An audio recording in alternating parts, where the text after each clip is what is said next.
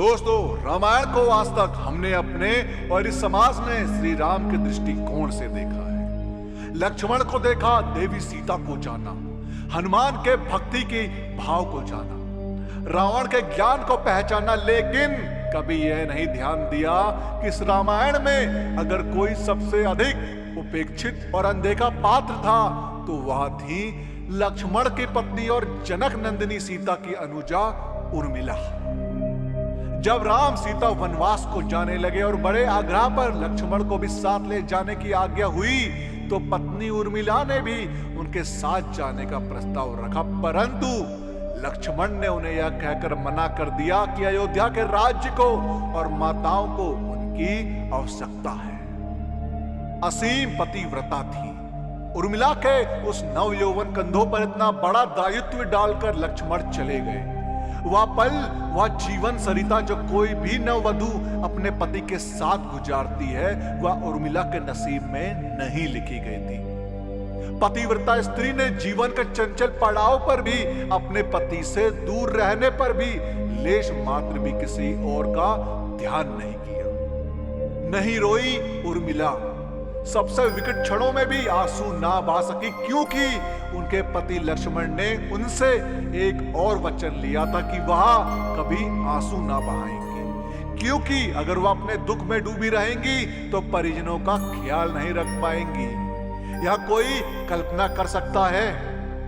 पति के लिए पिता को किया इनकार। महाराज जनक अपनी पुत्री को मायके अर्थात मिथिला ले जाना चाहते थे ताकि मां और सखियों के सानिध्य में उर्मिला का पति वियोग का दुख कुछ कम हो सके, परंतु उर्मिला ने मिथिला जाने से इनकार कर दिया, यह कहते हुए कि अब पति के परिजनों के साथ रहना और दुख में उनका साथ ना छोड़ना ही अब उसका धर्म है। 14 वर्षों तक सोती रही।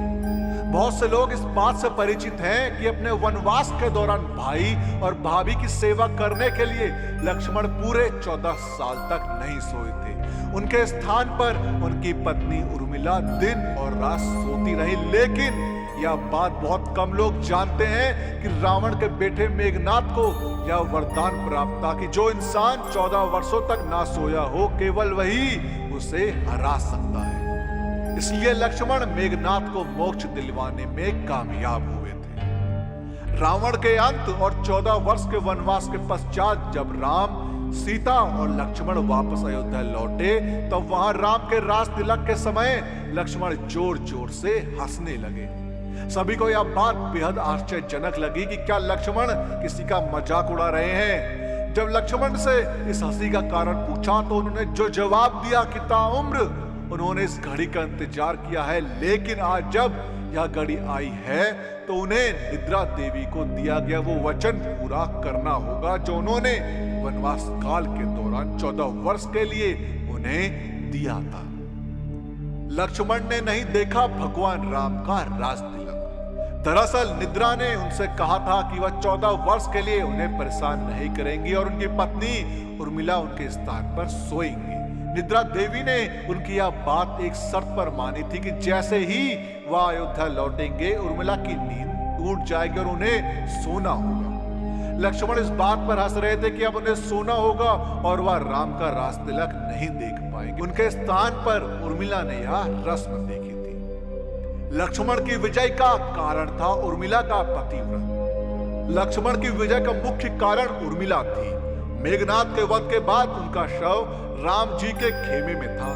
जब मेघनाद की पत्नी सुलोचना उसे लेने आई, पति का छिन्न शीश देखते ही सुलोचना के हृदय अत्यधिक द्रवित हो गया। उसकी आंखें बरसने लगी। रोते रोते उसने पास खड़े लक्ष्मण की ओर देखा और कहा, सुमित्रा नंदन, तुम भूल कर भी गर्व मत करना कि मेघनाद का वध मैंने किया है। मेघनाद को धराशायी करने की शक्ति विश्व में किसी के पास नहीं थी।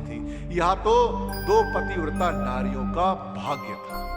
अब आप सोच में पड़ गए होंगे कि निद्रा देवी के प्रभाव में आकर अगर उर्मिला 14 साल तक सोती रही तो सास और अन्य परिजनों की सेवा करने का लक्ष्मण को किया वादा उन्होंने कैसे पूरा किया। तो उसका उत्तर यह है कि सीता माता ने अपना एक वरदान उर्मिला को दे दिया था। उस वरदान के अनुसार उर्मिला एक साथ 3 कार्य कर सकती थी। दोस्तों, आपका लक्ष्मण की पत्नी उर्मिला के बारे में क्या कहना है, हमें कमेंट्स के माध्यम से जरूर बताओ। इस वीडियो का पार्ट 2 चाहिए हो तो कमेंट्स में पार्ट 2 जरूर लिखें। और साथ ही साथ अगर आपको हमारी आज की वीडियो पसंद आई हो तो टारगेट रखते हैं 5000 लाइक। अब 5000 लाइक इतने ज्यादा तो है नहीं, तो इस वीडियो को लाइक और शेयर करना ना भूलें। और जिन लोगों ने अभी तक हमारे चैनल को सब्सक्राइब नहीं किया, उनसे मेरी गुजारिश है कि हमसे जुड़े रहने के लिए और ऐसे ही और भी वीडियोस देखने के लिए हमारे चैनल को सब्सक्राइब जरूर करें।